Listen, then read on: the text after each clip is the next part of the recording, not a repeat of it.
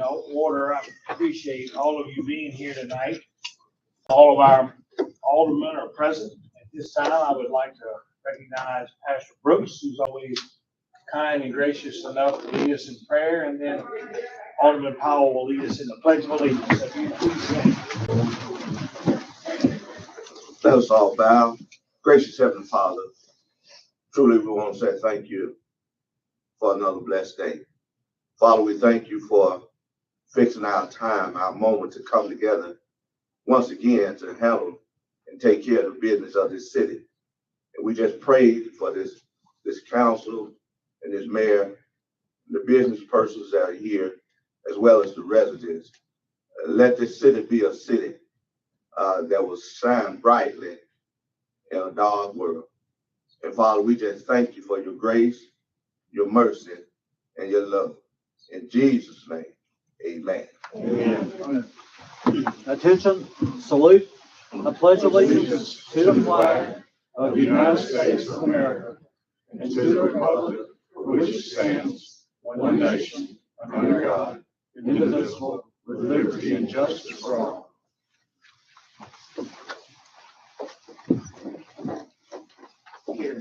Here, where's Mayor? Here he is.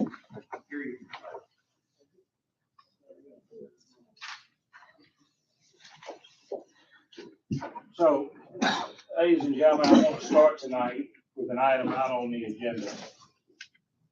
I'm sure many of you are like me, and that is you go through life and you ask yourself, do you really make a difference to your friends, your family, the people who are around you, your community? Oftentimes, I think that for me, the answer is, well, you're not doing enough. But I want to recognize two people tonight who absolutely made a difference in their community and in real lives. It is rare that we get to meet a real hero. Tonight we get to meet two real heroes. On the night of January 26, 2024, a call of an unconscious lady was received by our police department. Two of our officers responded, Sergeant Kyrie Lucas and Officer Dwayne Montgomery. They encountered an unconscious subject, and through their life-saving efforts, by administering necessary aid and assistance to that person, she is alive today. And she would not be alive today but for their quick actions and their timely response.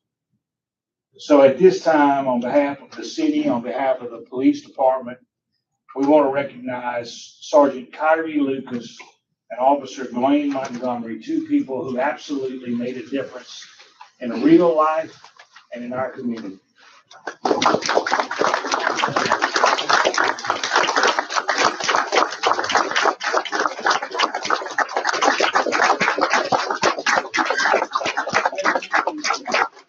Thank you. I want to also recognize, I forgot her name, but I don't know, young lady. I apologize. She is, what's her name? Kim Waller. Miss Kim Waller, the one who actually made the 911 call. So, had been for her.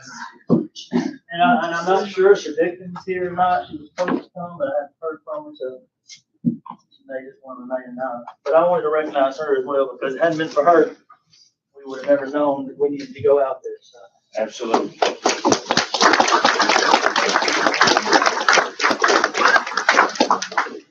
So as a small token of our appreciation, we'd like to present these commendation certificates to you, Sergeant Lucas. Thanks, Officer Montgomery. Thank you. Thank you. Thank you. Good job. Thank you. Thanks, everyone. Thank you.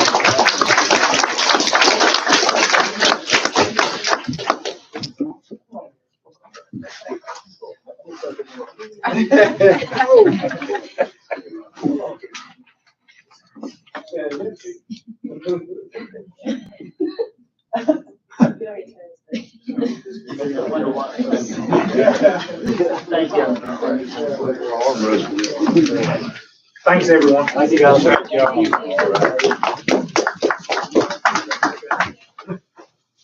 All right, right, Ms. Bates, we'll go to item 3A.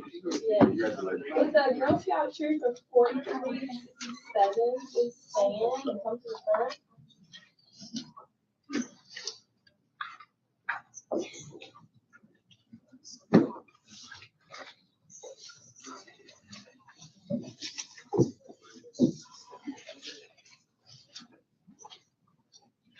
So today we're going to read off a resolution, and this is going to designate Friday, February the 16th as Kindness Awareness Day. Whereas the city of Bloodstack and Girl Scout Troop 4367 wish to encourage residents of the city of Bloodstack, as well as residents of Madison County, to show kindness to one another. And whereas the city and Troop 4367 ask that on Friday, February the 16th, 2024, that residents of all ages perform a random act of kindness throughout their day. And whereas the city commends Troop 4367 for its efforts and accomplishments during its anti-bullying campaign, and encourage Troop 4367 to keep up the good work in making the city of Bloodstack and Madison County a place where all people feel welcome and loved. Wherefore, be it hereby resolved by the mayor and board of aldermen of the city of Bloodstack and Mississippi as follows. The city of Bloodstack hereby designates Friday, February 16th, 2024 as Kindness Awareness Day, and encourages residents of Bloodstack to perform a random act of kindness throughout their day. The city of Bloodstack wishes to express its sincere appreciation to Girl Scout Troop 4367 for its efforts during its anti-bullying campaign, and encourages others to follow the example shown by Troop 4367. Mr. Mayor, I would like to make a motion that we accept the resolution as presented to make Kindness Awareness Day, February 16th. Your motion is noted. Is there a second? Second. All right, Mr. Howell seconds it. All in favor? Aye. Any opposed? All right, the resolution is adopted. Congratulations, ladies.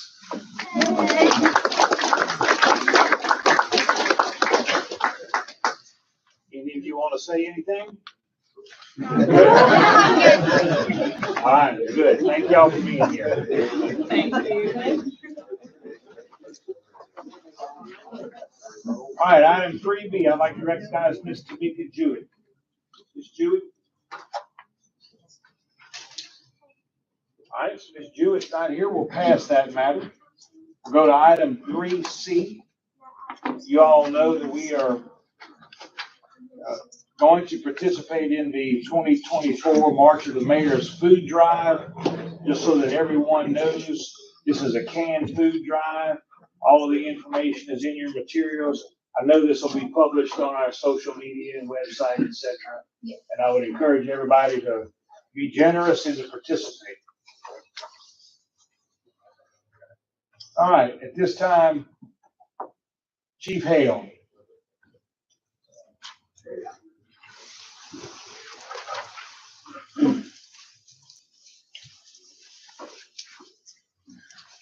Yes, sir. You are on 3D. Tell you what?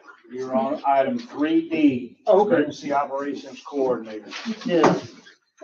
I think this was done with the prior chief, but we're wanting to go ahead and I would like to request approval from the mayor and the board to appoint Kerry Manager as our emergency operations coordinator for the city of Bloodstack.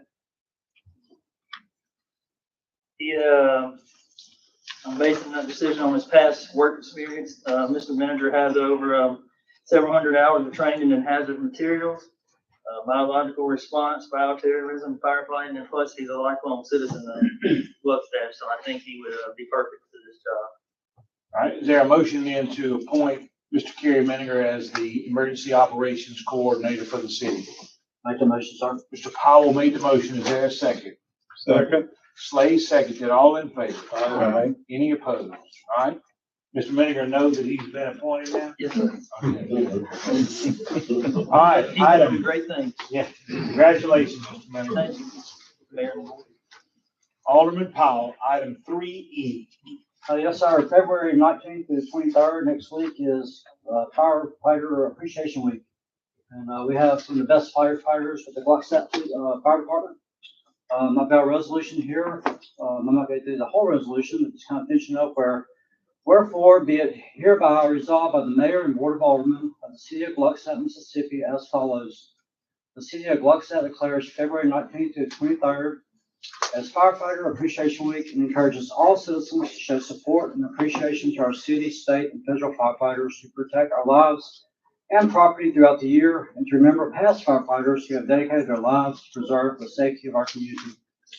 The mayor and the board of aldermen wish to express their gratitude and appreciation to the South Madison County Fire Protection District for selflessly serving the citizens and community of the city of Gluckstadt. I believe Chief Davis and I don't know if any other firefighters here. Okay, well, we thank you for all that you do, and Mayor, I'd ask that the resolution be brought forward as it is. All right, I will take Mr. Powell as having made the motion. Is there a second? Second. Mr. Slade seconded. All in favor? Aye. Any opposed? I just want to say, Chief Davis and his guys are always there. They're always reliable. We can't pass enough resolutions or say thank you enough to really do it justice. But thank you, and thank you guys for us as well. All right, item 4, approval of the consent agenda. Is there a motion for approval of the consent agenda? Motion. Mr. Taylor made the motion. Is there a second? Second. Ms. Bates seconded. All in favor? Aye. Any opposed? All right. Item 5, Ms. Gerlach.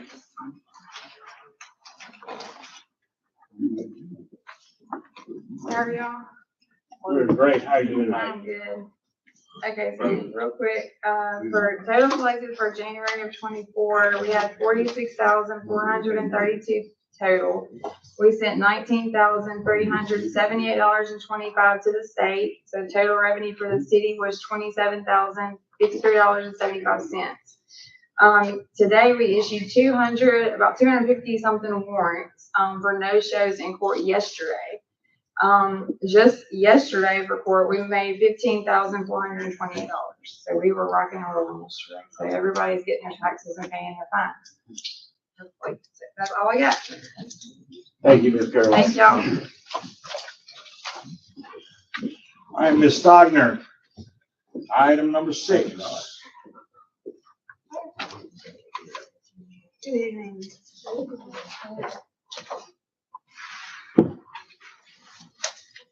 The first item is requesting board nominations for the mayoral health council. This is funded by the Mississippi Department of Health. And it is a maximum of a $5,000 grant.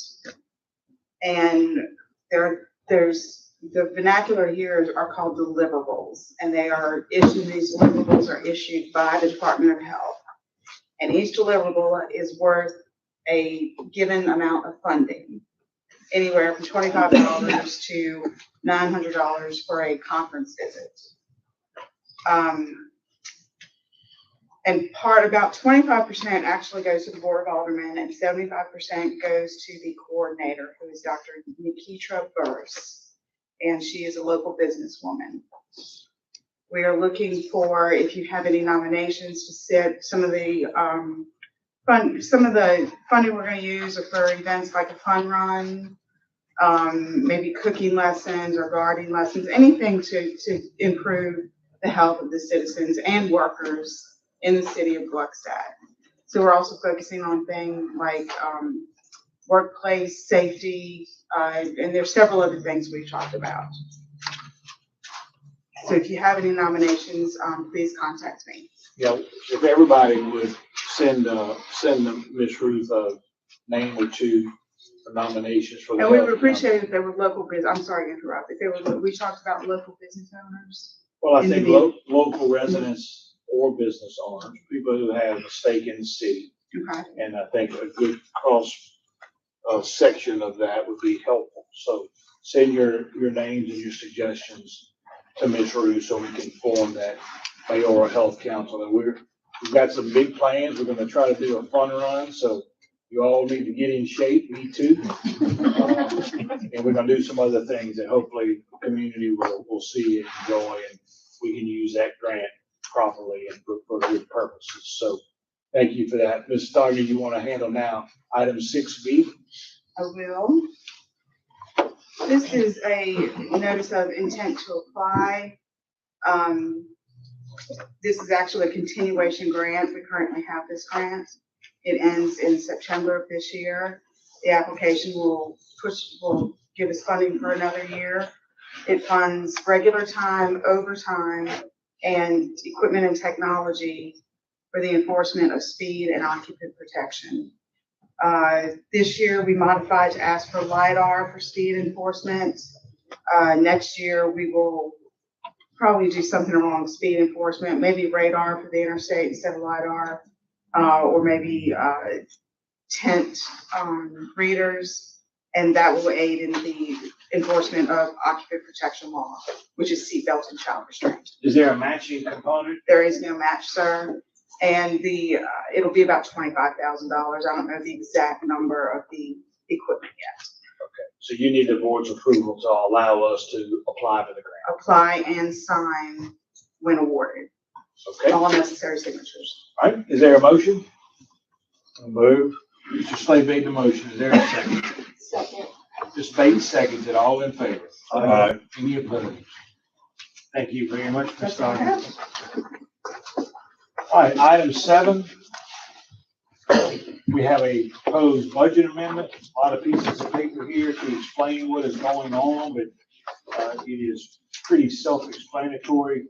The bottom line is we have to amend the budget to accept about $35,000 in additional revenue, much of which is from grants, some insurance payments and things like that. And we're going to amend the budget and move the money around, spend that $35,000. So I think it's pretty self-explanatory. So I would ask for a motion to approve the budget amendment as proposed. Make the motion. Mr. Taylor made the motion. Is there a second? Second. Mr. Slade seconded. All in favor? Aye. Any opposed? All right. Item 8A, Mr. Powell. Yes, sir. So on January the 10th, we had a meeting with the ladies from CMPDD about the hazard mitigation for the city of Gluckstadt. So this is the one for the city of Ridgeland. So it's pretty thick and it's pretty detailed. So a couple things that we're tasked with, and I'll probably let Mr. Butler speak a little bit more on that, if you don't mind, but a couple things that we were tasked for was to get basically a council together to serve. And then another thing that we talked about was the continuity of command and emergency response. So anyway, I'll let Mr. Butler speak a minute on the plan, and then I'll. Mayor, I'm sorry to interject. We missed the budget reports. Let's get that item. That's just an Can we FYI. take it up next? Or? It's an FYI. Okay. Go ahead, Mr. Butler. What we're looking for with the hazard mitigation is, in order to be qualified for a lot of FEMA grants in the case of an emergency, whether that be flooding, storm damage, tornadoes, straight line winds, hail damage, we need to have a hazard mitigation plan in place. We approved this for CMPDD to do our plan. It's just kind of getting the ball rolling. So after we approve this council, we'll meet with CMPDD and we'll be trying to find high-risk areas in Gluckstadt, businesses such as schools, daycares, city buildings, that kind of stuff. We can use a lot of this hazard mitigation stuff. We can try to get storm shelters, things like that, create tornado sirens for the city.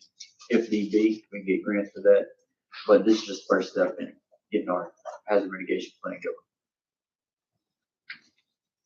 So, we kind of put forth, Ms. Cullen put forth for, nominations to serve on the council.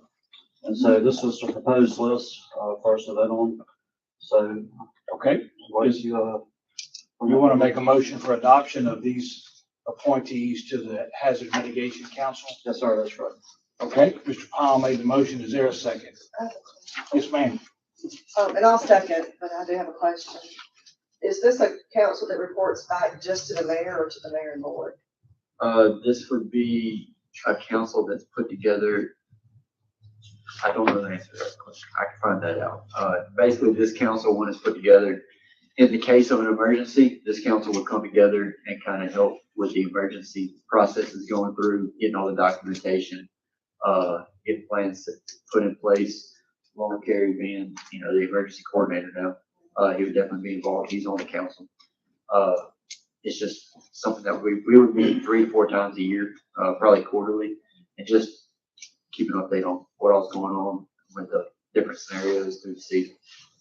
But I will find out if they report directly to the mayor or to the Well, board. if it's acceptable, I like methodology of that, particularly that they do give periodic updates, Sure. whether they're here in person or some correspondence. Myself, I'll make that amended motion. All right, so Mr. Powell made the motion. With that clarification, Ms. Williams seconded. All in favor? Aye. Any opposed? All right, as is always the case, Ms. Kellen keeps me on the straight and narrow. And she noted that I missed item 7D and 7B. And I should ask whether or not anybody has any questions about the monthly budget report before moving on. If anybody has any questions about 7B, now is a good time to ask them. If not, it is just an FYI matter. But Ms. Kellen, thank you for bringing that to my Yes, attention. sir. I apologize to. No, that's okay. You keep me straight, and I really appreciate it. I need all the help I can get. All right, item 9A has to do with a request to approve an updated purchasing policy.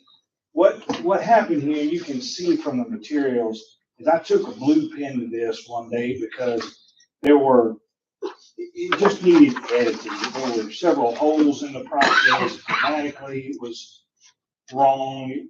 None of this changes the substance of the policy at all, but I wanted to make sure that it was logical and that it read correctly, because there were just some holes in it, in that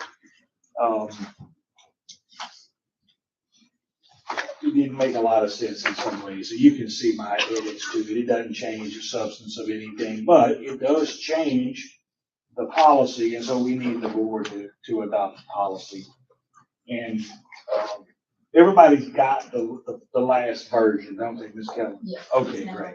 So is there any question about this? I just wanted to make it grammatically correct and logically correct. That's why I edited it. And it does have Mr. Slay's addition of the prior approval. Yep. And where is that? If you scroll down. First page on number 3, board Right there. approval. In I the, think that's. Right. Okay. All right. Any questions or comments? Otherwise, I'd ask for a motion to approve this updated purchasing policy. I move. All right, Mr. Slade made the motion. Is there a second? Second. Ms. Bates seconded. All in favor? Aye. Any opposed? All right, next item 9B, discussion of a performance evaluation implementation. As you all know, we talked at the end of last fiscal year about adopting some performance evaluation policies and procedures and forms to use so that we could evaluate the city's employees fairly, accurately, and on paper and in compliance with the law, in an effort to be fair to our employees and to be able to have something on paper to evaluate them. And Mr. Butler has prepared this and submitted it to us, and I reviewed it carefully, and I think that it's certainly a great start for the city, and I would suggest that we adopt it. Are there any questions or comments about that?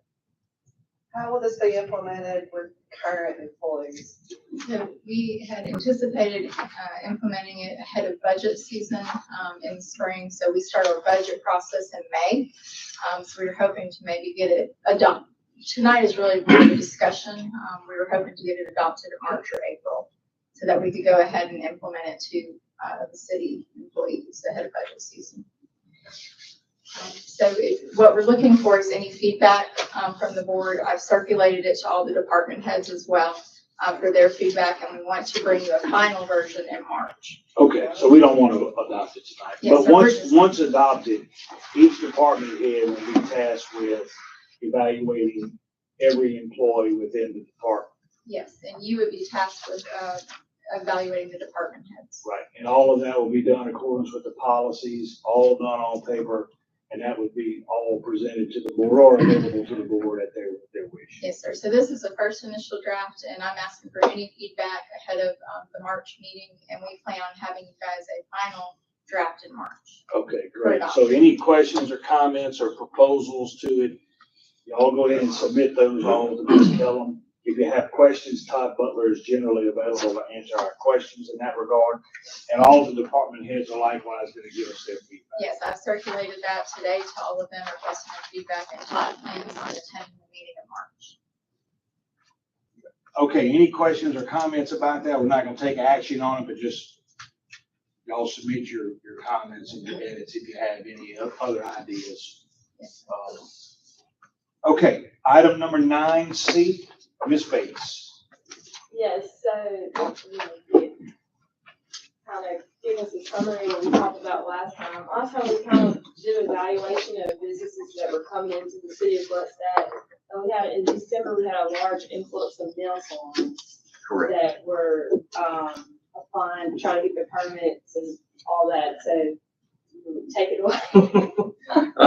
Currently at this time, what caught our eye, we currently have 5 nail salons in the city, 2 more under permit review, and we have one barely outside the city limits of Calhoun Station across from the high school.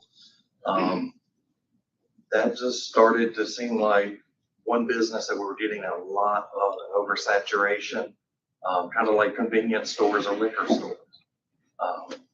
So we began exploring the options for not necessarily telling somebody you cannot have that business here, but perhaps not this area is ideal for it.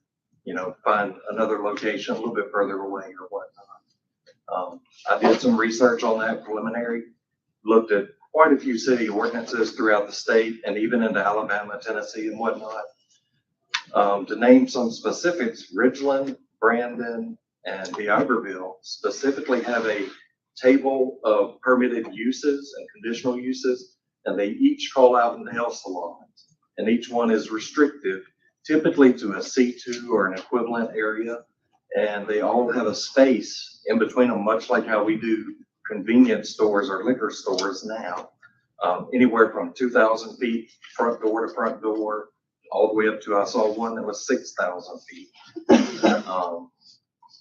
Something like that is what we're kind of putting together to propose, to look at businesses that may tend to cluster too many of and saturate an area, and then you end up with businesses that suffer financially. So we're looking to present a resolution for a moratorium for 90 days. So that way it kind of gives us time to evaluate that and then to come back to the board with an ordinance. Okay, any questions or comments? I don't understand the feedback loop. How do you make that decision during this 90 days? That we're not gonna allow it anymore, or possibly not allow it in the nail salon? It would be, And what are we looking for here? much like how we did convenience stores, we realized we were getting a lot of those popping up on every corner. So we put a distance restriction. We're not saying that you can't put a nail salon here, but we'd prefer you don't put it in the old Burger King building where you're less than 500 feet away from 2 other nail salons. Putting a distance, sort of spacing businesses out.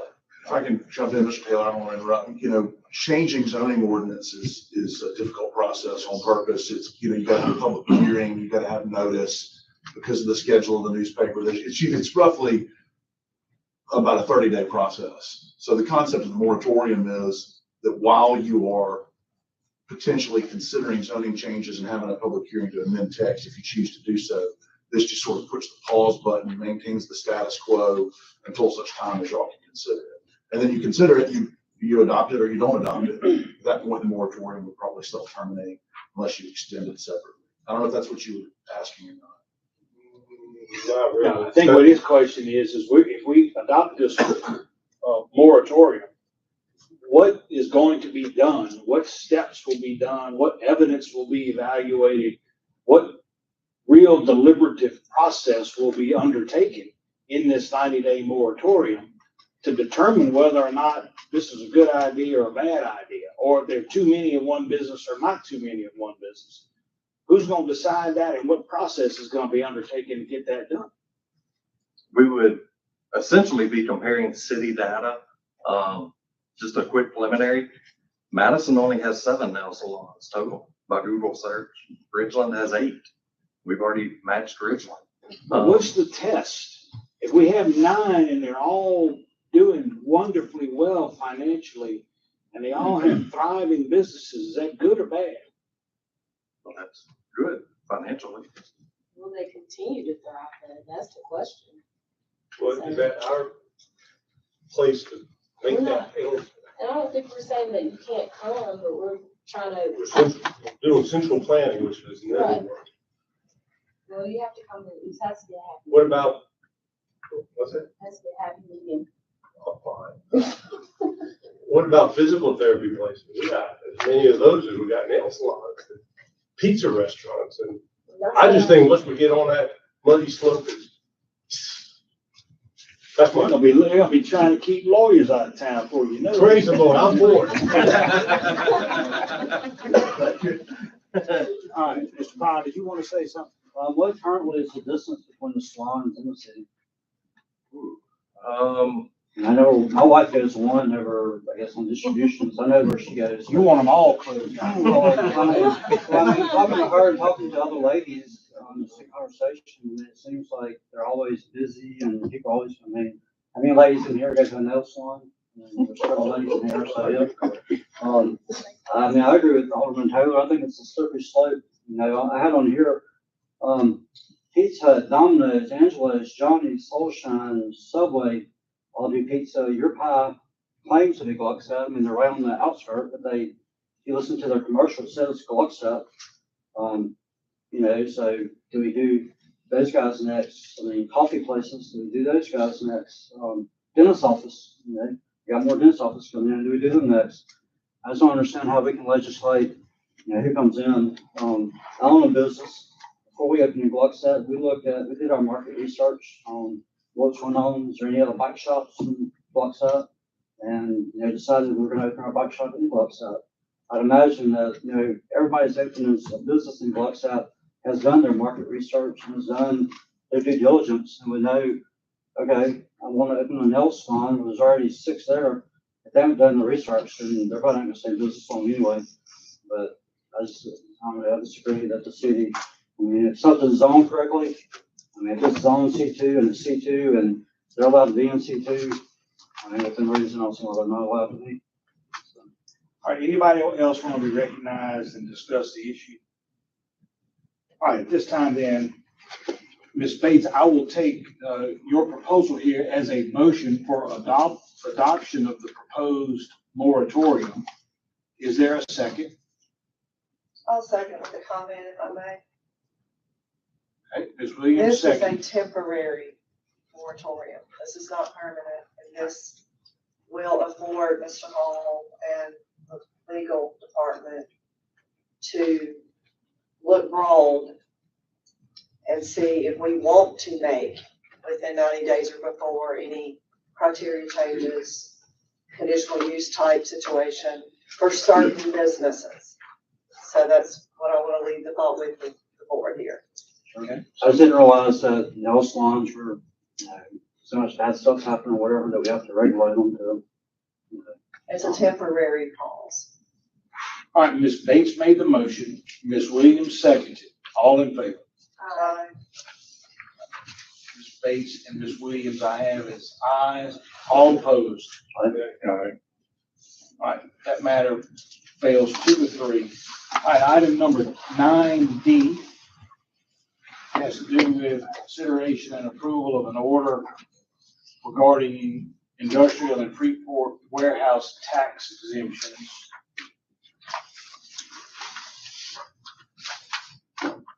Just Kelly, you want to lead the discussion on that?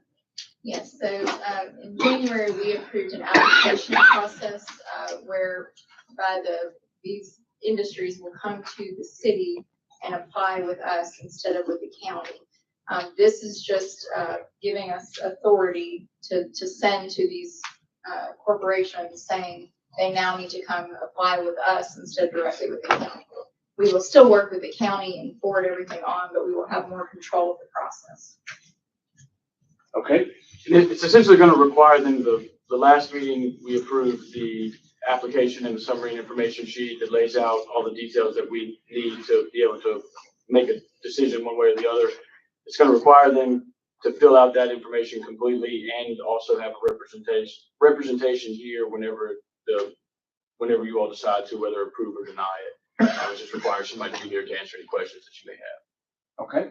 Is there, any further discussion? Question. Yes, sir. Don't we have 3 businesses we've approved this for? Yes, for a year. You did approve exemptions for a year, which were passed on to the county. But there will be more There will who be, come periodically and make application to the city. yes. Yeah. I mean, for example, if one of these businesses gets a piece of new equipment, they can technically come and file an exemption for that. So this would give us a little bit more control to bring them before the board, and y'all can have all the information to decide whether or not to exempt them.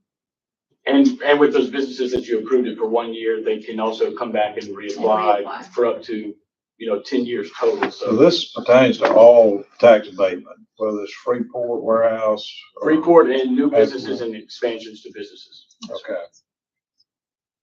Okay, so the order there is in the materials. Is there a motion then to approve the order? I move. Mr. Slade made the motion. Is there a second? Second. Mr. Taylor seconded. Mr. Powell, did you have something you wanted to say? Did I cut you off? No. Okay, all in favor? Aye. Any opposed? All right. Ms. Kellum, item 10.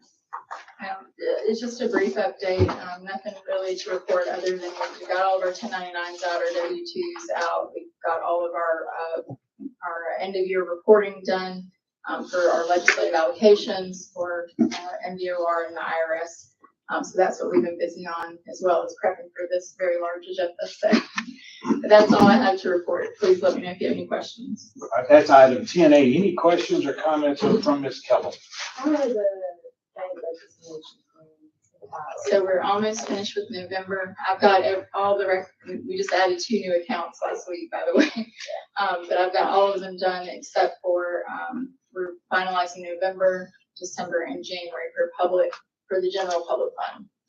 And the rest of them are caught up. So you could have, reconciliation of board packet? Yes, I can bring, the goal is to have the mayor sign all the reconciliations. I can have those available for you guys in March. The signed ones. What, on software implementation, what's happening with that? What's new or Really changing? just, court just got e-citation, so that's the newest module that they've implemented. Really, it's just, dealing with court configuration issues still that we're having issues with. But we're working with Tyler. Actually, the rep stopped by today and is gonna see if he can get us some more training with court and bank reconciliations too, because we didn't have ample training with the budget on that. Yeah, and by no means do we have our hands totally wrapped around Tyler. But I will tell you this, to tell you how much credit you ought to give Ms. Kellum, Mr. Mall, and the administration here. The Office of the Administration of the Courts for the state of Mississippi came by and met with them because they're contemplating getting involved in Tyler, and they wanted to see how our system was implemented. And we had a meeting with them and answered a lot of their questions. And so we're on the cutting edge, and we're still trying to get our hands wrapped around it. But I think we're seeing some progress and some light at the end of the tunnel. We are. I mean, this is a high-level accounting system. There's about 12 modules. If y'all remember, we were on a fast-tracked implementation schedule, which I don't recommend for everybody because it's 86 hours after 86 hours after 86 hours of training. But at that time, it was just Scott and I. And then the court clerks came along and they were on a fast-track schedule. So, I think we've done the best we can with getting all of that configured and setting up departments. I'm quite proud of our staff for all the work that's been done. But it is a labor of love with it. So thank thank y'all for your But patience. you said on the Friday end, it'd be a labor law. It has been, it has, but, permitting Scott can attest to that, that module has been amazing. Fixed assets has been amazing. Payroll is really starting to run well, and I really, it's helping me do my job more efficiently, so I'm still happy that we got Tyler. All right, Mr. Mall, item 10B. Yeah, I mean, the stats there, I'll see that, but I'm assuming you're probably more concerned about the bottom part. We sent out 170 letters. People have started coming in overwhelmingly. It's been as positive as you can be with the kind of thing. We're still dwindling down. Some people I've heard from, I'm still waiting on them to come in. They may have reached out, gave them as much information as I can. I mean, obviously I have to quote them. I have to know more information about the business. Sometimes it's easy to do, sometimes it's not so easy to do without seeing all of it. But overwhelmingly, it's been pretty well. I guess I can segue into something that's probably, I don't know if you want to talk about now, the MDOR stuff, but we can wait. It's up to y'all. I started going through the list. It's kind of relative. You're gonna have to speak up. It's tied in. It's tied in a little bit. I went through the MDR list. There's about 1,000 businesses on the spreadsheet that I went through. It's not all Gluckstadt. It's based in Madison County. I'm going through there and trying to identify businesses that may or may not be in Gluckstadt that are not currently listed as Gluckstadt. These are preliminary numbers. They're pretty close to final. 22 of them I cannot confirm. 326 are in Gluckstadt with absolutely no changes involved. 10 are in Gluckstadt. Their addresses are a little different. 32 of them needed to be added or will need to be added. I will note on this that MDOR is really going to have to analyze this. Something I've noticed going through there is that some of these businesses, the address listed on MDOR is their principal address, but that may not be where their business is. It could be like a rep. So this will work for Gluckstadt, but it's also going to work against Gluckstadt when they really have to do that.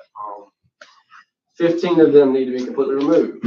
So you're probably going to, in this portion of it, you're probably going to net maybe a 20 gain if everything were to go perfectly well. And then 610 of them out, no changes involved. I then went and looked at our privilege licenses. Of those, 20 of them I'm confident need to be added. These are ones that are retail stores or something like that. They're definitely going to need to be added. 7 of them might need to be added, but I don't know. I think the overwhelming business will be service-based. I don't know really even how much sales tax is going to be involved there. 9 of them real estate miscellaneous MDR again. They're going to have to, they want to add that. 75 of them doubtful, and the rest were either already on the list or whatnot. That's kind of the preliminary numbers. Those are pretty much going to be final. We just got to make the spreadsheet look better. If you put together something low for us for next meeting so that we can see that all on paper. Sure. Just so we understand. What we're trying to do is reconcile those businesses that are, it should be listed within the city of Gluckstadt so that we can make sure that the Department of Revenue is remitting a proper amount of sales tax to the city. We've had some questions about that. So Mr. Mall has been working with the Department of Revenue to sort that Can I out. add something briefly, Mayor? So our privilege license application does have a section for sales tax. They're supposed to submit their sales tax number to us so that we can catch those that are missing. We do send our privilege license list on to a contact at MUR. Chris Bagwell just left a couple of months ago, so now we have a new contact that we're working with.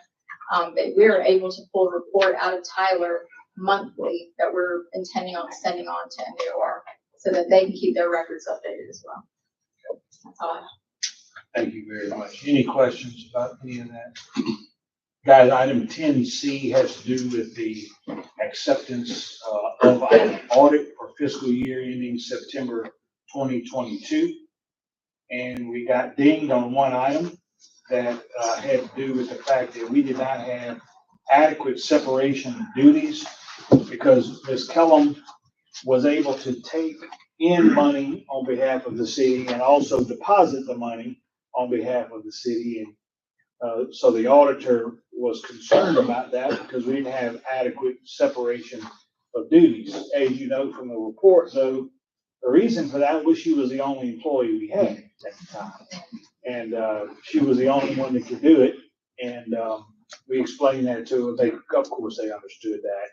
And now that we have, many more employees and many more systems, this is not an issue. Yes, we have sufficient internal controls in place Right. now. So otherwise, I want to commend Ms. Kellum for working with the auditors.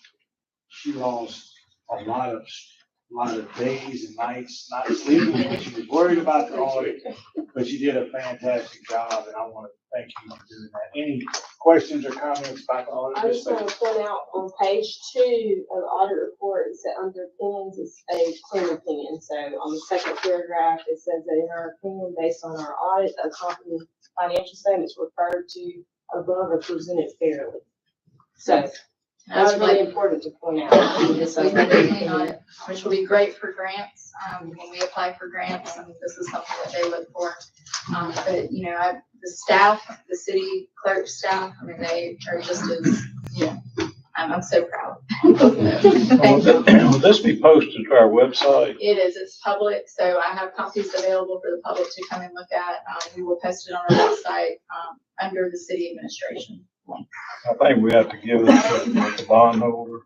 I know there's, Yes, we have to give it to all, Somebody- anytime that we're applying for grants or a bond, we would need to, submit an audit and a clean audit. Office of State Auditor. Yes, and so we will also send this to the state auditor's office, and we will publish what's called a synopsis of it. Instead of the full huge audit report, we'll put together a shorter version, and I do need approval to publish that from you guys.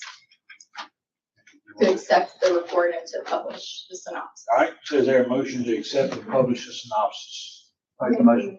Ms. Bates made the motion. Is there a second? Second. Mr. Powell seconds it. All in favor? all right, Any opposed? All right, Ms. Kellum, item 10D, while we're cleaning things. Yes, sir. We have a contract with Service Master currently to clean City Hall. We have had a number of problems as outlined in my memo. We are requesting to terminate that contract. We do have a 30-day period in which we have to send written notice, certified written notice to Service Master, letting them know that we are terminating. And then I would like to submit to get Highland is another quote that's in there. Highland is cheaper than Service Master. There are 2 quotes in there, but the other vendor can only do it at night. And obviously with City Hall being, you know, a government body that has confidential documents and things, I did not feel comfortable with anybody being here at night without some staff being here. So I would really like to replace Service Master with Highland. I think that they will do a fantastic job. We will not have the issues, in my opinion, that we've had with Service Master, which have been lots of turnover, you know, people not showing for. So that's kind of, but we just need to make a change. Okay, is there a motion then to terminate Service Master and to contract with Highland? Make the motion, sir. All right, Mr. Powell made the motion. Is there a second? second. Mr. Slater seconds. Is any more discussion on the issue? This is just for City Hall. Yeah, so Highland will actually include Lone Wolf as well. So it's a good time now that we have Lone Wolf to add them to the contract. Well, the motion should say City Hall and Yes, City Hall 2 days a week and Lone Wolf 1 day a week. Rankin County, so. Now, I believe they're local. They're Madison. Yeah, they're not. All right, I have a motion and a second. All in favor? Aye. Any opposed? Thank you. So that motion doesn't involve the cancellation. Yes, replacement. All right, Ms. Jewett? Yes, ma'am, you have the floor. We're on item 3B.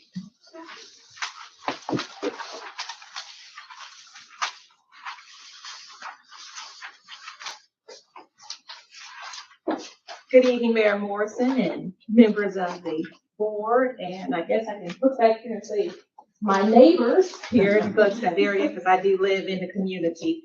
My name is Tamika Smith Jewett, and I'm the Executive Director of the American Red Cross Southwest Mississippi Chapter, which is a 21 county service area.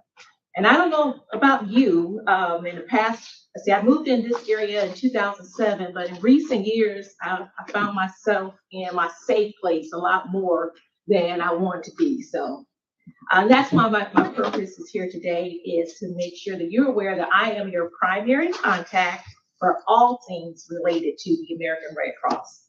And just so you know, the American Red Cross, our mission is to alleviate human suffering in the face of emergencies by mobilizing the power of our wonderful volunteer workforce and our generosity of our donors. The Red Cross is making an impact in the community every day.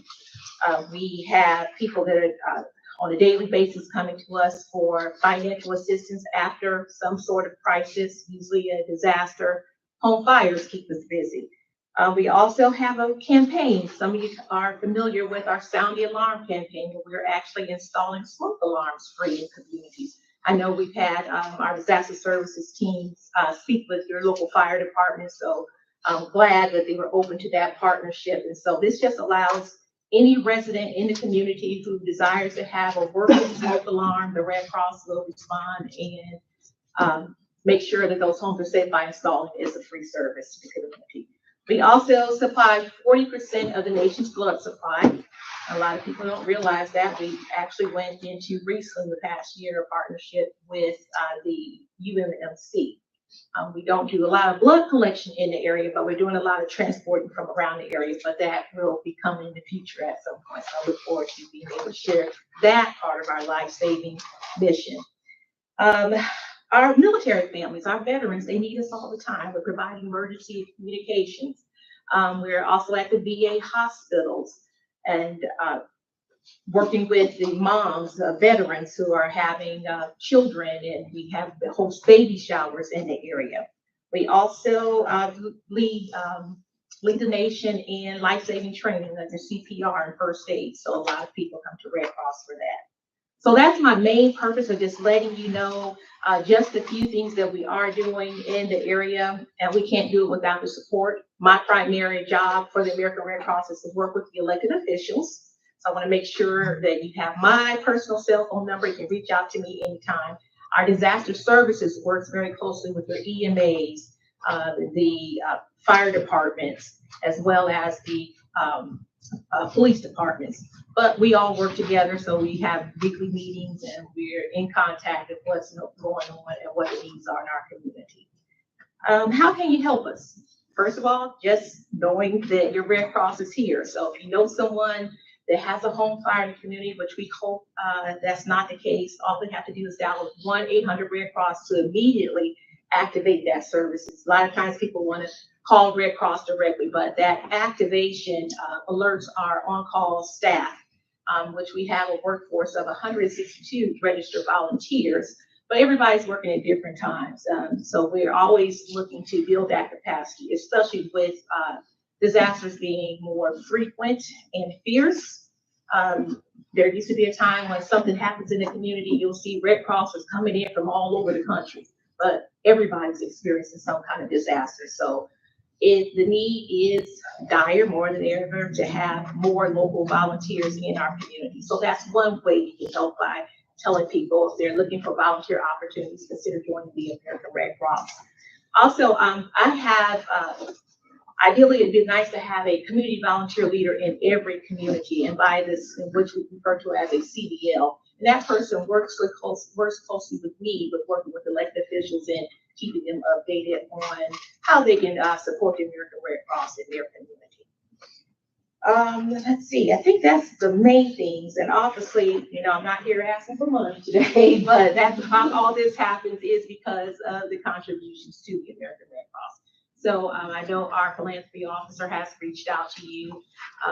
And so when that time comes and you're looking for how you want to support your community, consider a nice financial gift to the American Red Cross. It takes probably about, in a disaster response, at least about $500 to care for a family of 4 in a shelter, which was inviting when I hear the word shelter, which is really nice to walk in. The first thing I heard was the word shelter. I looked up on the screen, I saw preparedness. So you guys are having a discussion in the community. And that's what preparedness starts with, is a discussion. So that's what I'm here today. I would love to talk with you more one-on-one about, Red Cross. If you want to tour our facility or go out with our team when they are responding to disasters, or even do a smoke alarm install. We were just up the road this past week in the Canton area, working along with the elected officials in that community, leading a smoke alarm install campaign. So there's so many options. I won't hold your time up. Thank you so much for your time. If you have any questions for me, please feel free to ask. Well, it is a question. The citizens over time do ask about the smoke alarm program. Yes. So would you be that direct contact? Or Yes, Mr. Davis, if you guys talk, or? Yes, there's the 800 number. They can request one through the 800 number, or feel free to work with me. I can put you in contact with our disaster services team. Barbara Davis actually met with your fire department. I think and I know some of the conversations have been about adopting the same model that we have with the city of Jackson. The city of Jackson, every Tuesday and Thursday, we supply them with a list of where the requests are in the community, and they go out and install them. Our program is unique because we won't just hand you the smoke alarm. We actually want to make sure it's installed and tested and working for the next 10 years to keep that home safe. We document lives saved through this program, so we do keep a record of the addresses. We hope nothing happens, but we know that right here in the Mississippi area, between our Alabama and Mississippi region, at least 100 lives have been saved because of those Red Cross issued smoke alarms. Is that one per home? No, we go through the home. Some homes have 3 and 4. Yeah, we go through there, and so there's 3 areas, volunteer opportunities there. Some person, when they go out, they document that home, take the family through a home fire escape plan, and wherever, some people have as many as 5 smoke alarms. It just depends on the building home. So it's not just one. Thank you. Thank you. Thank you so much. Any other questions? Thank you so much for being here All tonight. right. Happy Mardi Gras to all of you. Thank you. All right, Mr. Hall, we're on item 11A.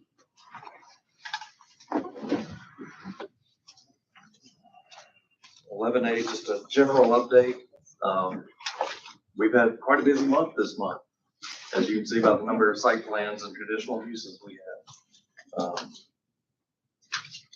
The permitting report and whatnot, most of that's FYI, or if you have any questions on. Okay, 11A, y'all got any questions of Mr. Hall? Mr. Hall, let's move in an effort to try to take care of this matter. Let's go down to 11H, which is a rezoning appeal of the Planning and Zoning Commission. And we have to have a public hearing on this matter. So I'm going to invite you to explain kind of where we are. Then I'm going to open the public hearing to allow people to speak both for and opposed to this. Then we'll let the alderman ask whatever questions they want to ask, and then we'll hold a vote. But why don't you go ahead and introduce us to where we are, update us on 11H. Okay. In our December P&Z meeting, it was brought forth a rezoning request for this property here on Bluntstadt Road to rezone it from C1 to C2. The purpose of this would be to allow the building of a Take 5 oil change on that lot. This lot is located next to a convenience store, 2 positions down from AutoZone that was approved. The P&Z did discuss it to length, and they did vote to deny, recommendation of denial for the rezone. Okay. Anybody here want to speak as a proponent in favor of the rezoning? Does appellant have a petitioner here? I think the ordinance requires them to have a representative. They do. Yes, sir. Tell me your name, gentlemen. I'm Sean Doran. I'm with Phillips. I represent the applicant. This is Matthew Smith. who is one of the owners of that. Okay, Mr. Jordan, Mr. Smith, welcome. Thank You you. have the floor. Yeah, so, to further address, and we will further address some of the, items that came up in discussion at the planning and zoning meeting. But first off, just to, get some of the base facts out of the way. In order to rezone this property from C1 to C2, which is what we'll need to build this oil change facility on it, RPM will have to show there's a change in the character of the neighborhood and that there's a public need for this rezoning. As far as the neighborhood around this property, as you heard Mr. Hall say, there's an AutoZone that's 2 lots down, there's a service station next door, and there's a car wash that's in close proximity. These complementary automotive uses are not only great for this business, but they also represent that this area is suitable for automotive use like this. The traffic count has increased drastically over the past, say, decade in this area. And right now, as we've discussed with Mr. Hall, CMPDD, the traffic count is too high really for them to recommend this as a C1 use. And so it certainly fits into the slot where a C2 use would be appropriate. As far as the public need for this rezoning, this lot, and we'll discuss this and we'll show you, but this lot is fairly narrow. There are very few uses that could fit on this lot.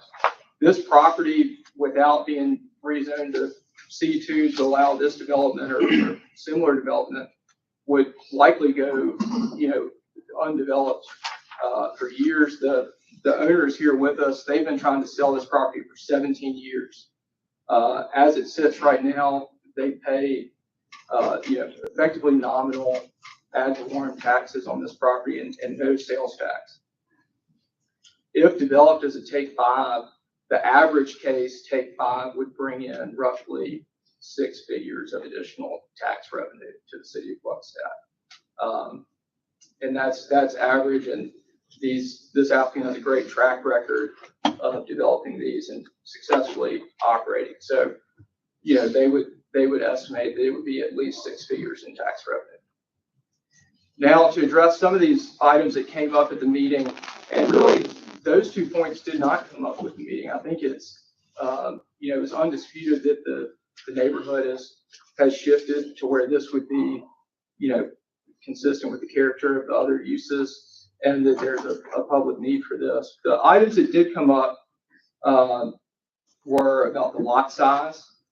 And so this lot is, it's narrow. You can see we've got a drawing, and the frontage is less than if we were to create this lot today. The frontage would be less than what is the minimum for C2 lot. But this is a problem throughout Gluckstadt, and there are many lots like this that are allowed to exist as non-conforming lots. And this lot's been around for a long time, long before the inception of this zoning ordinance. And so we would be absolutely fine with it continuing to exist as a non-conforming lot. We don't intend to change the lot. We have the frontage that we need to operate this business. And so that, we don't feel that there's an issue there. It would not, the question that came up at the planning and zoning was whether it would outright prohibit the development of this lot, and that is not the case. The second issue that came up is a comprehensive plan. We've talked with Mr. Hall at length about this, and he's ruled out that there's any issue with the comprehensive plan. In fact, like we talked about, the CMPDD, the traffic count really swings it more in our favor. So we don't feel like that there's any issue there. And the last and maybe most critical issue from a practical standpoint was the residential buffer. So there is a residential development that's north of this property.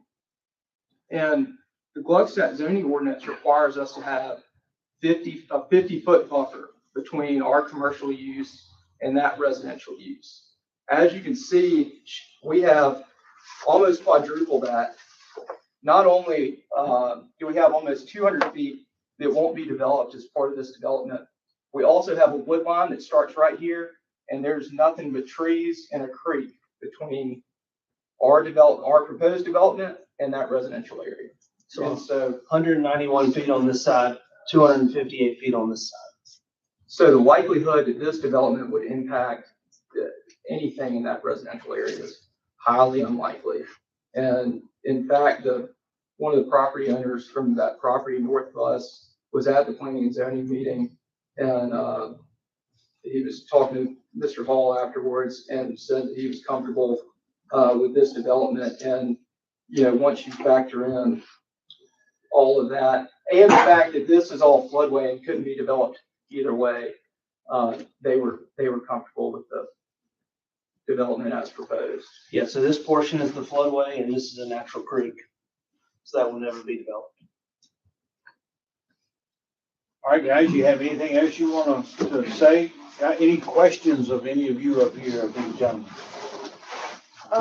If I may ask, do you own the property currently, or do you have a contingent property contract? We have it under a contract with the seller who is here today, Mr.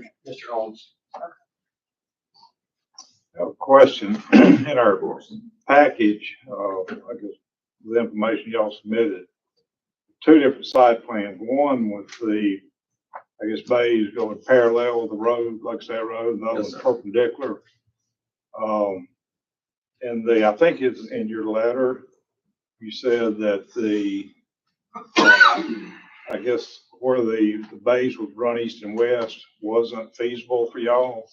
It is feasible, and really, and we can talk through this at length, but it's from an operational standpoint and from an aesthetics from the road standpoint, it makes more sense to have the bays face the street like they do on this drawing. That way the cars will stack behind and you will not see a line of cars from the street, and you won't see, you know, if you're driving, you won't be staring at, you know, a line of cars going to this building. You'll just see a building from the front and cars periodically pulling out. Now, we've talked to Mr. Hall at length about this issue, where obviously whatever the city thinks is best, we're willing to go either route if it comes down to that. But the applicant's preference would be to have the bays face north and south, and we'd be willing to talk about, you know, aesthetics of the doors, for instance, or anything. But that is why we requested and submitted our initial site plan with the bays facing north and south. But it would still be feasible, and we have included a second site plan in your package that shows that it is feasible to have the bays facing. Well, I rode by your building in Madison there on 51. Yes, sir. And those bays run parallel with the highway. Those bay doors do not face Highway 51. That's Right. the Mayor Mary's preference. It has not, with her, it doesn't have to do with stacking or the queue or operational. She didn't want them facing the road. And so in order to come to Madison, we had to turn the bays. Well, you could do that as well here if you had to. We could. Okay. It's just, do you want to see the cars stack? So if the bays face east and west, do you want to see the cars stacking and in queue from Gluckstadt Road, or would you rather have the cars in queue like this, north and south? Sure. I think the issue is with those bays, majority of the time when I pass a Quick Lube place, those garage doors are up. So, you know, it doesn't always look this nice. That's, I think, the problem people have with it. And again, we're open to either way. Okay. All right, any more questions or comments of these two gentlemen? I guess I have a Mr. couple. Tom, yes, sir. So I know several years ago, or time flies, maybe even longer than that, some like pitch shop place tried to open up a little stand right there. And so you could drive through and you pick your little meal up that's ready to go and take it home and eat it. Well, we did it one time, driving up in there, got our meal left, and the lot was so small with that one little spot on there, that one little building that was in it. I was just like, my goodness, you know, we never went back again. And obviously they're not there anymore. So y'all really feel like you can fit this on that lot size? When I look at it, I mean, I drive by it 6 to 8 times a day. And every day I drive by, I've been looking at it, I'm just like, man, the lights just, it seems small. Yes, sir. So I mean, again, this would be our 12th store, and all of them, I mean, this is actually a bigger store than most and a bigger lot than most. So it's very comparable, apples to apples, with the East Madison store. That's on 1.5 acres. This is on 1.26. You know, our building is 1,738 square feet. We definitely can fit and have plenty of parking for our employees. Remember, as a customer, you're greeted and you stay in your car. A customer never gets out of their car in our model. So you stay in your car, you're servicing in the bay, and then you're in and out in around 10 minutes. So we 100% feel that this is a perfect size lot for us. This question is for Mr. Hall. So I know the P&Z Commission voted 7-0 against the rezoning, correct? Correct.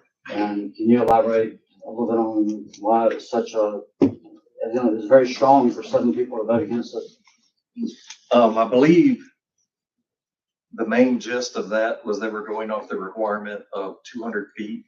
And some wanted to preserve C1 that we have in the city. Because compared to C2, C1 is a smaller percentage of the city. In this area, C1 is typically a lower traffic commercial, and this is on Gluckstadt Road, which actually has more traffic than Highway 51. So this would end up being a high traffic commercial area, which is better suited for C2. But they wanted to preserve what C1 that we have. And again, the lot width, it is smaller than 200 feet. And then I just, one more question for you guys. Have y'all looked at other locations in Gluckstadt? Yes, sir, we have.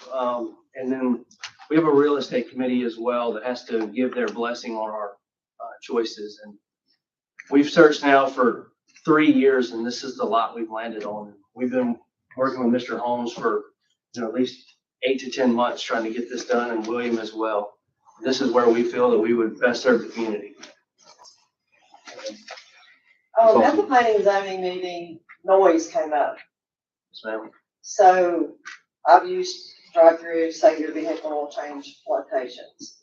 There's noise. There's always noise. So I'm trying to remember how you actually answered the question, but I believe you said you don't use the, pressure. So the main noise would probably come from an air hydraulic compressor, systems? correct? I'm asking. The what main is noise in the factor? quick lube operation comes from the air compressor. I mean, it's a big plumbing operation at the end of the day. When you drop the oil plug down into a drain pan, it's sucked out from there into a waste oil storage tank above ground for us. And then someone comes and picks that up. Our air compressor is in an enclosed room that's vented, so that the noise is compressed. Again, you are opening hoods, you're shutting hoods. We open your car door to scan your VIN, but at the end of the day, we're not doing full mechanic work. We're not doing brakes, tires. That is our main noise, is the air compressor. Okay, But where that is is this tank that you empty the output oils into? So, She's asking about where the waste oil tank is. a third party picks that up and disposes of it. But where is it stored on the premises? They're above ground, so that's one of the things about this model that makes a lot of sense compared to a lot of the older service stations and oil changes. So that you're not left with some potential environmental hazard. So their tanks are stored in Rhino tanks. It's a metal container in this room right here, ma'am. Okay, it's inside the walls of the structure. Correct. Okay, what are the business hours? Monday through Saturday, 7 to 7, and Sunday, 10 to 5. Okay, thank you. Yes, ma'am. All right, any more questions? If I just one question. Would this require a dimensional variance to be solved? Or are you within the setback requirements of zoning? We are within the setback. Yeah. It would be non-conforming as far as the frontage goes. That's just lot width, that's non-conformity, not as setback. That's right. Okay. So I do have one more question. Yes, sir. So let's say we vote to rezone this tonight, and then tomorrow this deal falls through with you guys, and now we've rezoned this to C2, and it leaves it wide open to anything in the wild west, I would say. What's to keep that from happening? So in our contract, if this gets rezoned, I mean, we have never had a deal fall through. We've been approved and have not built our oil change, sir. And then as soon as we're approved and we get word that we were gonna get our permit, we move to close in less than 30 days. Yeah, we've done. In our track record, again, we've never, and we've rezoned many properties. We have never been approved and not come through. And I'm telling you, if we get rezoned, we're gonna do it. All right, anybody else want to speak, Mr. Holmes? Yes, I'm Jack Holmes. I'm the landowner. Me and my wife bought the property about 17 years ago. And over 17 years, there's been multiple options and stuff we've looked at doing or whatever. Is it perfect? And to be honest, when I got the original call, I told, we wasn't interested. Because the first thing I thought about was Scotty's Quick Lube for the oil change, and I wasn't really interested out of respect for the neighborhood and the other people. And he asked me would I go at least go look.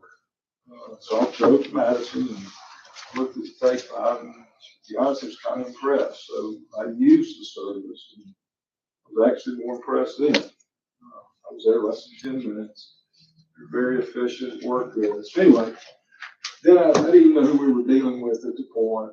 I found out who the people were behind doing it. Great family, locally here business. So is it perfect? Probably not. Is it close? It's the best thing that we've seen. Not cutting, I mean, most people's gonna buy the lot and won't develop all the way back. Yeah, they may not develop the last 50 feet, but they're gonna cut all the trees. I mean, they're leaving almost 200 feet of green space. And that's huge. The size of the building to go on the lot is very small. So I mean, it's a huge plus. One thing I did hate, they don't use 18-wheelers to service the place, because I'm in the trucking business.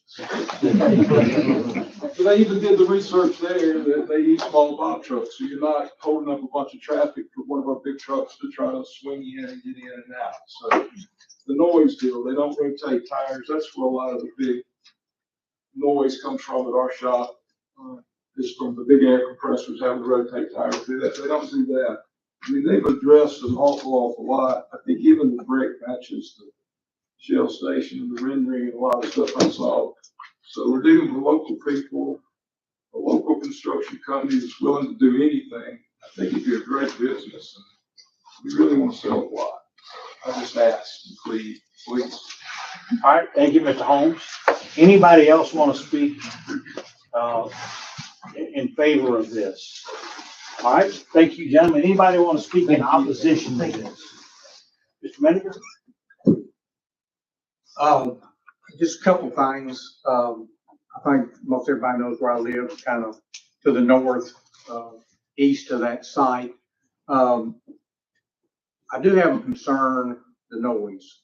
When they built the car wash over here, on Sunday, right across from the church, right across from my backyard, they agreed not to operate on Sunday because of the noise. And a lot of people didn't realize the amount of noise that the car wash generates. I had somebody with the house the other day in my backyard, and the car wash came on, the wind was blowing to the north, and they said, "My God, what is that?" Well, it was the blower on the car wash. So on Sunday, they agreed not to operate. And, we would like to have one day a week that we can go out in our backyard and sit and have a little peace and quiet. And we're dealing with more and more stuff coming on that side of the road.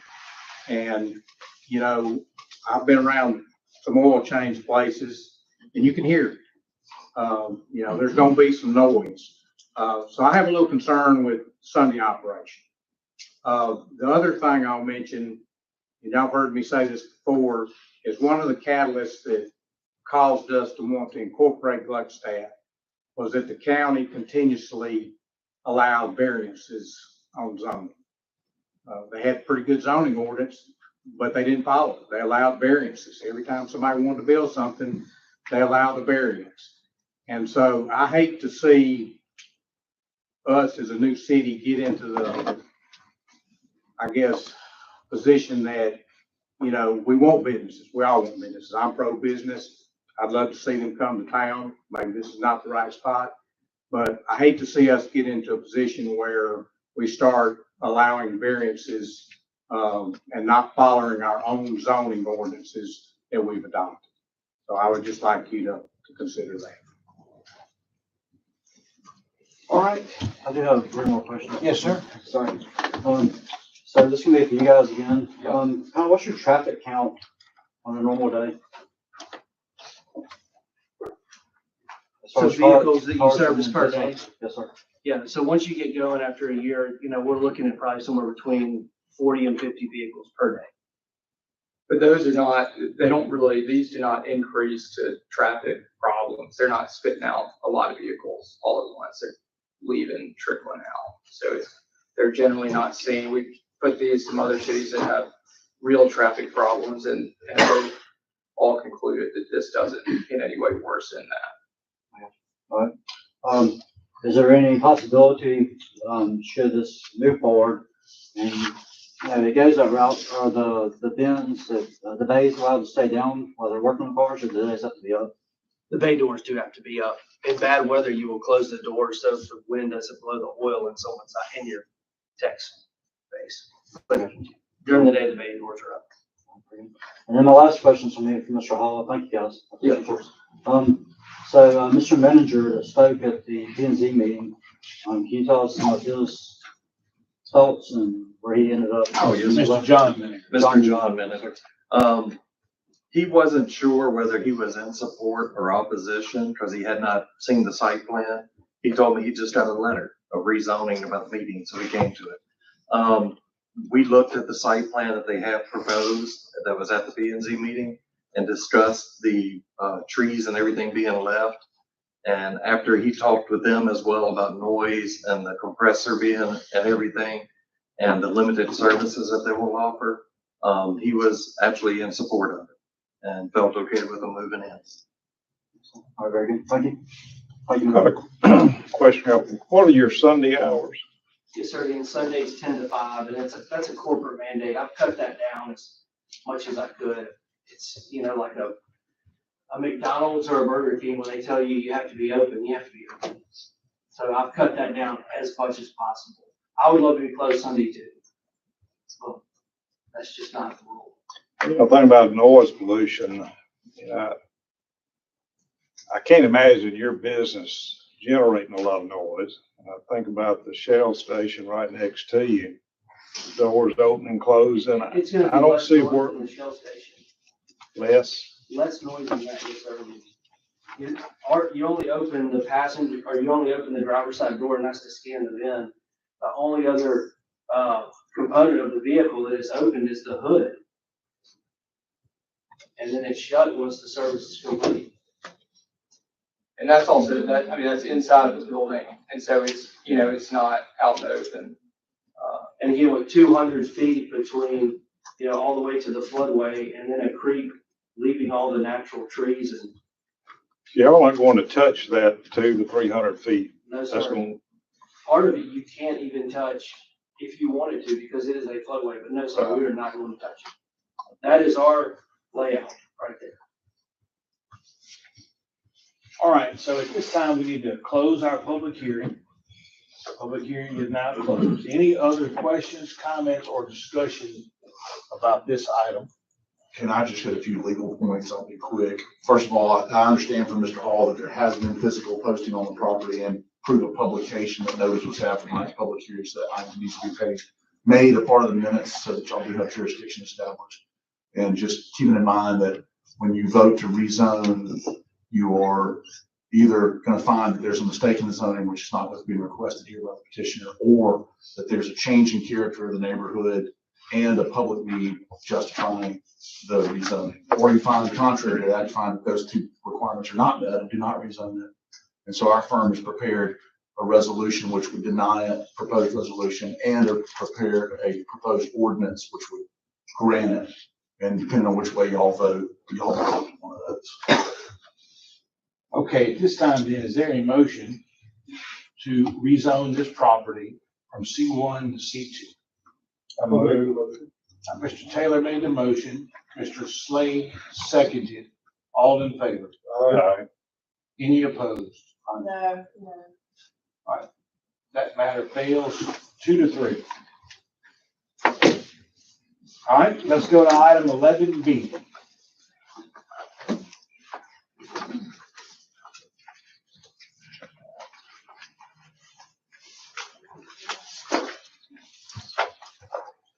All right, Mr. Hall, elite hitting site plan. Elite hitting, the site plan was reviewed at the P and Z meeting.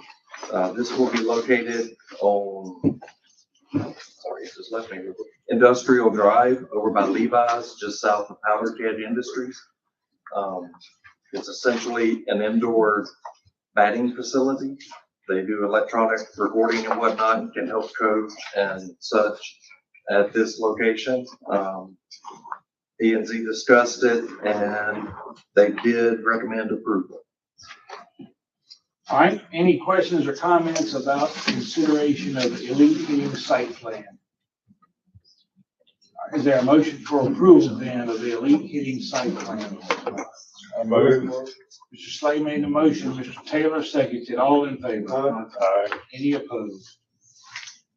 All right, item 11C, Tate Office Building Phase 2 Site Plan. Mr. Hall. This will be located at Kimball Drive, right next door to two buildings that Michael Tate has already built. It will match the two buildings that are there as far as the finishes and whatnot. It is a little bit larger, if I remember correctly, than the ones that he has built. But it does meet all of our regulations and whatnot. The P and Z Commission did vote to recommend approval.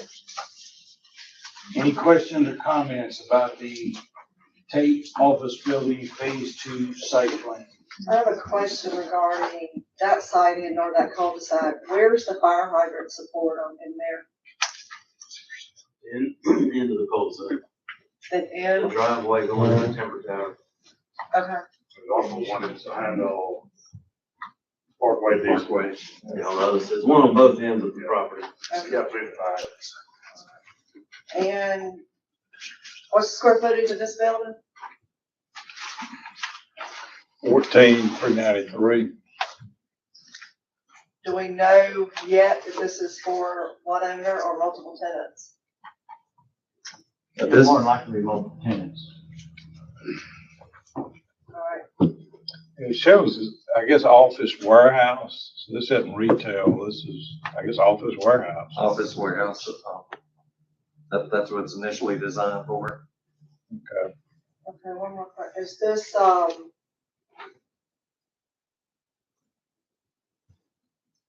this is C2? It is.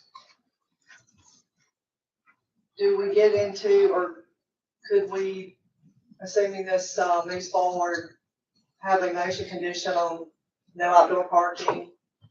Or would they still have to come before, any said business come before if they had the need for outdoor parking? Or Outdoor storage is conditional, so it'd still have to come forward.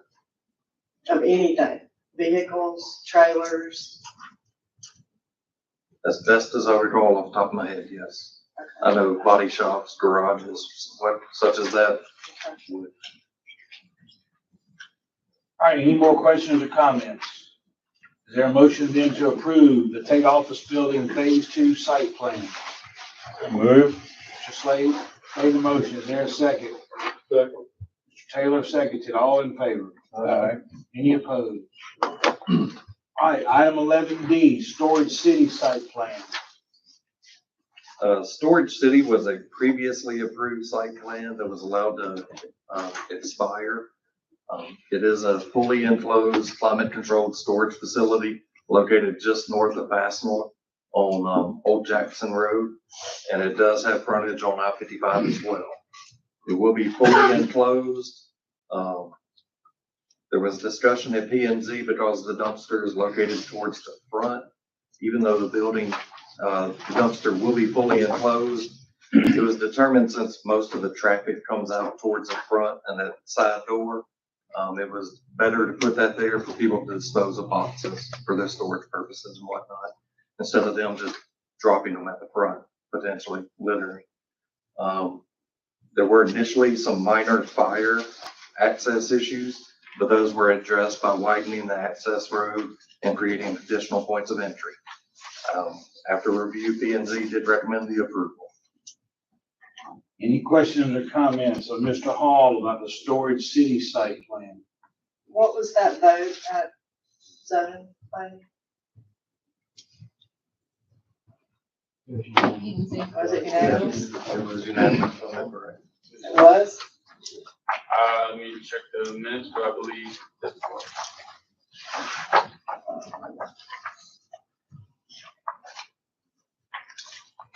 Any more questions? All right, there a motion then to approve the Storage City site plan. Motion. Mr. Taylor made the motion. Is there a second? Second. Mr. Powell seconds it. All in favor? Aye. Any opposed? No. 2 noes, Ms. Bates and Ms. Williams.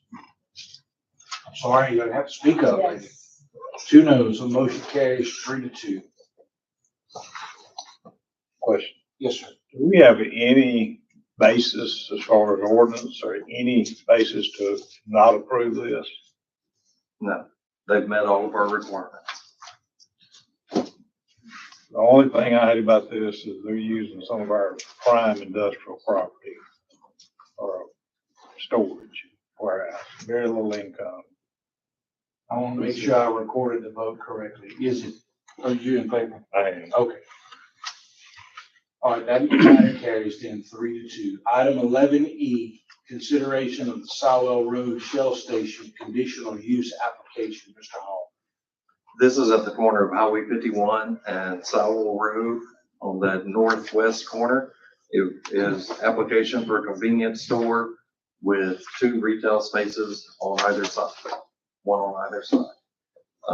There was discussion at the P and Z meeting, and the requirement was met to have a parapet wall around the entire building to hide any rooftop units and whatnot. And it was also requested in the motion for recommendation of approval that the canopy colors match the EFS colors. And they did make the motion and a recommendation of approval. With those 2 qualifications or additions? Correct. All right, any questions or comments? It's my understanding that in the area for Gluckstadt, that this, until we expand, would be the last gas station that potentially be built. Correct, due to our distance requirements of 4,000 feet. And we did approve this before. Correct. All right, is there then motion to approve the conditional use application for the Sowell Road Shell Station? Mr. Slay made the motion. Is there a second? Mr. Taylor seconded. All in favor? Aye. Any opposed? I'll be a no, maybe. All right, that matter carries 3-2. All right, next is the consideration of the Sowell Road Shell Station site plan. Any questions or comments about that? Is there a motion then to approve the Shell Station site plan? Make a motion, sir. Mr. Powell made the motion. Is there a second? Second. Mr. Taylor seconded. All in favor? Aye. Any opposed? I'll be a no. Motion carries 3-2. Item 11G, discussion and consideration of Martin's Corner Market site plan. Mr. Hall. This will be at the corner of Church Road and Old Jackson on that southwest corner. It is essentially a retail strip center. There were no proposed tenants at this time. Minor corrections were made after initial review, and once those were made, it came before P and Z. There was an addition in the corrections that was made for a parapet wall all the way around. It is fully bricked. But P and Z upon review did vote for recommendation of approval. Any questions or comments of Mr. Hall regarding the Martin's Corner Market site plan? I have a question. Did the, access and exit come up at all on the, I guess, drive in, drive out? For fire access or? Any of it, yeah, any of it, or just citizen entry. It was discussed for fire access purposes. Initially, we measured and thought it was too small, but then we discovered the plans were not printed perfectly to scale, and they do match the fire code requirements for sizing and distance from intersections and whatnot. All right, any more questions about the corner market site? Is there a motion then for approval of the Martin's Corner Market site plan? Move. Mr. Slay made the motion. Is there a second? Second. Mr. Taylor seconded. All in favor? Aye. Any opposed? All right, I have that as 5-0. Item 11I, discussion and consideration of Pearl River Pickers site plan. Mr. Hall. This is located on Highway 51, with that little cul-de-sac there, Brownwood Drive, on the south side of the Shell station. This would be the lot that's between the Shell station and Wildwood subdivision. It is a furniture retail outlet store. They are gonna put brick around it, as you can see from the rendering. The brick would be around the facing, all four sides. Color scheme was proposed on it, and P&Z did vote. There was discussion regarding drainage that was resolved. Basically, the whole site plan that they had to be moved approximately 20 feet to the east because there was a water main that Bear Creek would not approve a detention pond to be put over. So they just moved the whole thing. Didn't change any drainage calculations or whatnot. Just had to move to relocate due to the water main. There was some discussion from Wildwood subdivision about existence of a restrictive deed or covenant.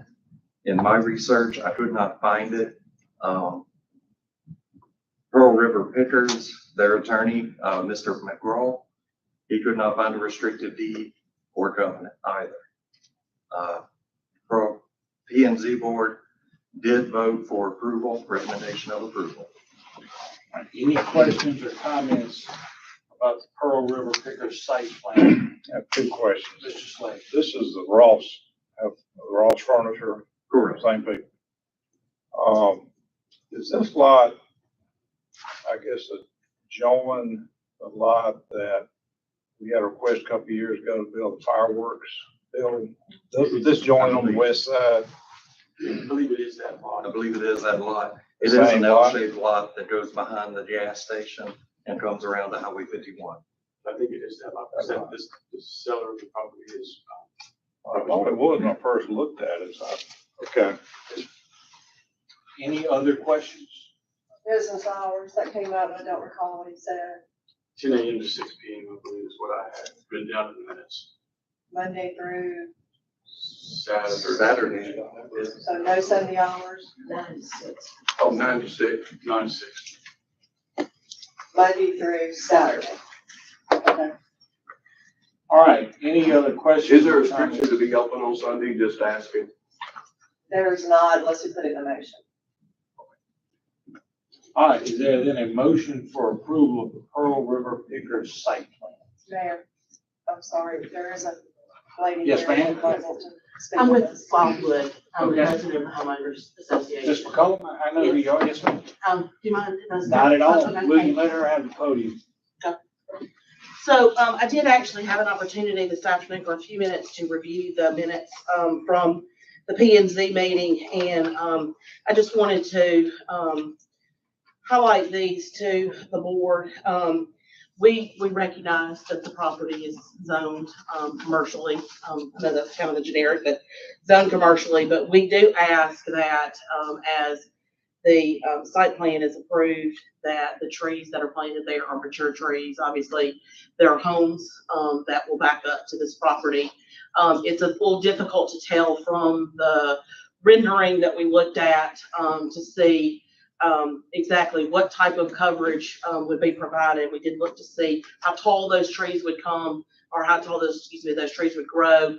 But we asked that there be sufficient coverage there from a tree standpoint, also that mature trees are planted and not smaller trees that need to grow for many years, to provide us with that coverage. We also, asked at the P and Z meeting for consideration for a fence that is higher than 6 feet. Obviously, the homes, there is, a hill that they would look down to, on the property, or look down from the property, but a 6-foot fence, we asked if there could be consideration for a little bit taller fence, maybe an 8-foot fence. I'm gonna give a lot of additional coverage, thus the trees become very, important as part of that. And then the other thing, and I don't see this, reflected in the minutes that we mentioned, is about the drainage. If you live in Wildwood, you know that we drain, seems like all of Madison County, through our property.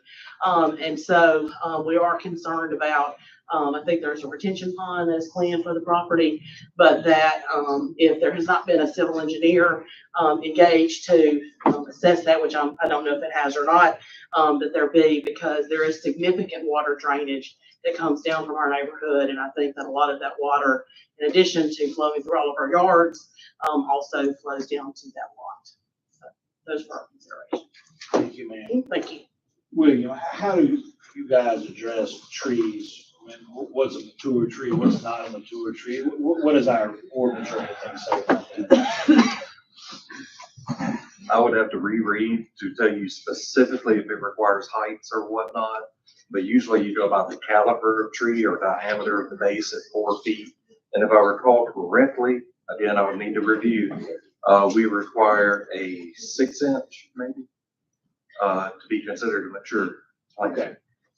And that would be a 4 feet, 6-inch caliper. Okay. All right. Any other questions of Mr. Holmes? Yeah, I don't know if y'all price mature trees, but they're extremely expensive. You know, if I was building this, I mean, I'd give you some pushback on that just because of the sheer cost. You're better off to plant a soft hardwood that's a very fast growing tree. That's a lot more, I think, practical than trying to plant mature trees. Mature trees are extremely expensive. Well, they've got sweet bay magnolias listed here on the plan. Okay, that was my question. Any other questions or comments of Mr. Hall? If I may, just Yes, to sir. address the concern brought forth, the civil engineering plans were done by Baird Engineering. So it is an engineered drainage plan and detention pond design. That the owner has to The owner paid Has for to. it, correct, pay for the actual drainage, the detention, correct. create it. They create it and maintain it. What about the fence? What's your thoughts on that? The fence, our ordinance only requires a 6-foot, typically privacy fence. There is an existing 6-foot chain link fence, black chain link for Wildwood now. The privacy fence would need to go up. There is kind of the question of safety about having 2 fences that are about a foot apart. Some young child falls in. But again, our ordinance does not require a business to put more than a 6-foot privacy fence along a residential line. All right, any other questions? Okay, so just so I'm clear, this site plan and any approval will include a 6-foot minimal fence, it will not. In order to have the 20-foot setback from residential, you must have the fence, the privacy fence And installed. that material of that fence would be what? Typically wood. Treated wood? Yeah, it is treated. That's required. It is Unless- required. Do we have to state that specifically? It's in the site plan. It's in the site plan. It is required in our zoning ordinance. All right, any other questions or comments about the Pearl River Picker site plan? All right, is there a motion then for approval of the site plan? I move. Mr. Clay made the motion. Is there a second? Second. Mr. Taylor seconded. All in favor? Aye. Any opposed? All right, that matter carries. Mayor, and I apologize for interrupting, but while we're still on the building official section of the agenda, can I ask you to clarify for the minutes from Ms. Kellen and me while the petitioners are still here? This is on the appeal. There was a motion to, as I understand it, to approve the the rezoning as part of the appeal, and it failed 2-3. That's correct. And so the, provision of the zoning ordinance says that the mayor and board of aldermen can accept or reject the appeal and accept or reject the recommendation of the P and Z commission. Do I understand that vote to be a rejection of the appeal and an acceptance of the denial recommendation of the planning and zoning commission? Or is that, I see some nods. That's what I want to make sure for the purposes. That's what I think. Okay, all right, thank you. All right, thank you very much, Mr. Hall. Mr. Buckner, Public Works General Update. Good evening. Public Works is kind of just been geared up, getting ready for spring. We don't have a lot going on as far as for the board meeting, but we did have some general updates. We got the Endell Road bump fixed. We're working with the striping company to get the road striped. We are going to make a change in that area. I think right now there's a passing zone coming around that curve. I think we're going to extend that double yellow route just a little bit, just to give everybody a heads up so that we don't keep passing right there at that curve. Every street signs are still going up. The applications for our grants for congestion and pavement management have been turned in, and we're waiting for May for the NPO to grant the winners. We're getting estimates for some street lighting along Endell Road with the flooding and everything going on. We want to get that place lit up, and as part of the city, it needs to be lit up a little bit over there. We have, like I said, we're starting light right away cutting, and next Tuesday, this isn't on the Alderman memo, but just we kind of followed it last minute. Next Tuesday, we have our term bid opening for our 6-month asphalt. So we'll be doing that next week. All right, guys, thank you so much for all your hard work. I appreciate it. Yes, sir. Thank y'all. Any other questions or comments? I got 2 phone calls about the Endell Road work, and it's like, thank you very much. I said, I'll pass it on. Good. I'm glad everybody's happy with it. Thank you, Mr. Buckner. Chief Hale. Good evening, Mayor. Mayor and the board, how are you? We too, like Mr. William, have been busy this past month. Maybe a bad thing for the people out driving the roads, but a good thing for us. We wrote over 280 citations. We made 5 felony arrests, 8 misdemeanor arrests, 1 DUI arrest. One of our felony arrests, of course, was our Mr. Ballas, the guy who stole the golf cart from Ben Nelson. We got word 2 days ago that Santa Rosa, Florida, they actually recovered 1 4-wheeler and 1 golf cart. And they recovered the trailer that they used in the crime still. So, and they still have investigation down there still ongoing, so we may still get some more golf carts back.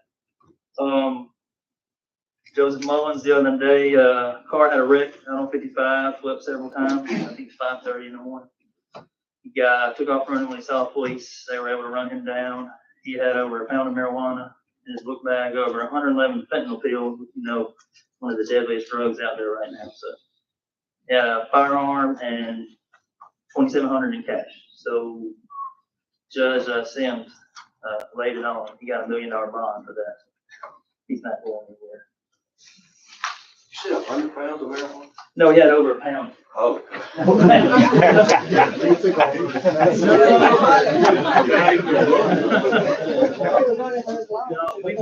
We might still be longer than that. No, he had over a pound of marijuana. So. Plus, he was on parole, so he's gonna go away for a long time. Parole from another state? Yes. Have you been in contact with them? We have. How does that work? We have. It was it'll be up to them. They'll have to go through them, the judge, to have it revoked and all that. And then they'll have to do the extradition hearing and all that.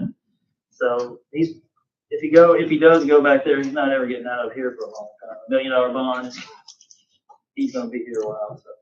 And then training, Huff attended the A-Ride training class, which will help us deal with your DUI drivers. A-Ride is when you other than alcohol, that's your drugs, marijuana, pills, and all that. So that helps him with that. And with the big marijuana thing coming up, where they're trying to make it legal, of course, it won't be illegal to have marijuana, but it'll be illegal to drive while smoking marijuana. In service, we also did in service, which actually came in handy when Montgomery and Tyree saved a young girl's life. We did a drug overdose response, CPR, and we met with the DA's office and went over mock trials with some of the younger officers, which was really helpful. We, since last month, we worked over 37 accidents. That's to include myself and Assistant Chief. We all throw a hand in and work because we love this place. Our new police department will be starting the bidding process for furniture, cameras, and access control in March. Myself and my staff, and especially Lindsay, thank you to all the work she's been doing, helping us with that. So we're gonna start working on that next month. The building should be done in August. So, and we've been actively searching for people with warrants. So we've gotten over 52 people served with warrants so far.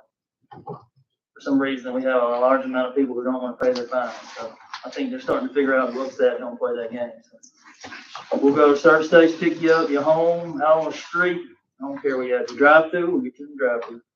So, and real quick, I just want to brag on my guys and then I'm going to shut up. These are just some of the convictions and pleas, or people who have pled since we've been working. We had a Desmond Howard who actually was the manager of Burger King. He got 10 years. I don't think that's the reason why they closed. But Mr. Hart and was one other that was involved in an auto burglary last year up there by the yoga place, Mexican.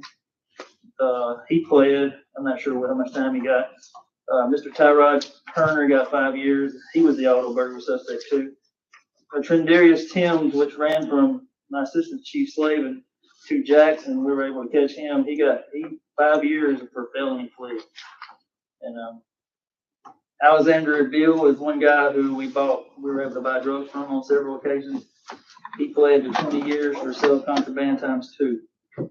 And this guy, a real bad guy I'm talking about now, is Denarius Evans. He was probably the guy for fentanyl sales in Madison County, Buckstead area, and Canton and all that.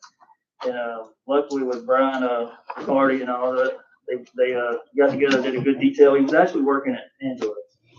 Before that, he worked at Callaway. So we were able to buy drugs from him and get him locked up. Now we're just waiting on him to see if he pleads or gets indicted and goes to trial. And that's just some of them. We got several. So our guys are out working, doing their thing, and I'm very proud of them. Yeah, and I want to stick up for Lieutenant Tucker. Lieutenant Tucker is the guy who cracked golf cart theft ring. He's the guy who worked tirelessly. I can't tell you how many hours that guy worked. City of Madison took the credit for it, but Lieutenant Tucker is the guy who broke the case, and he should be commended for that. I personally saw him work night and day to crack that case, and he did. And also to speak on that, Mayor, there should be more arrests to come with that too. We've got waiting on some more warrants and technology. You know, stuff comes slow, so just know that we're out there doing our thing. So, there's your golf cart guy right there. I was just giving him credit.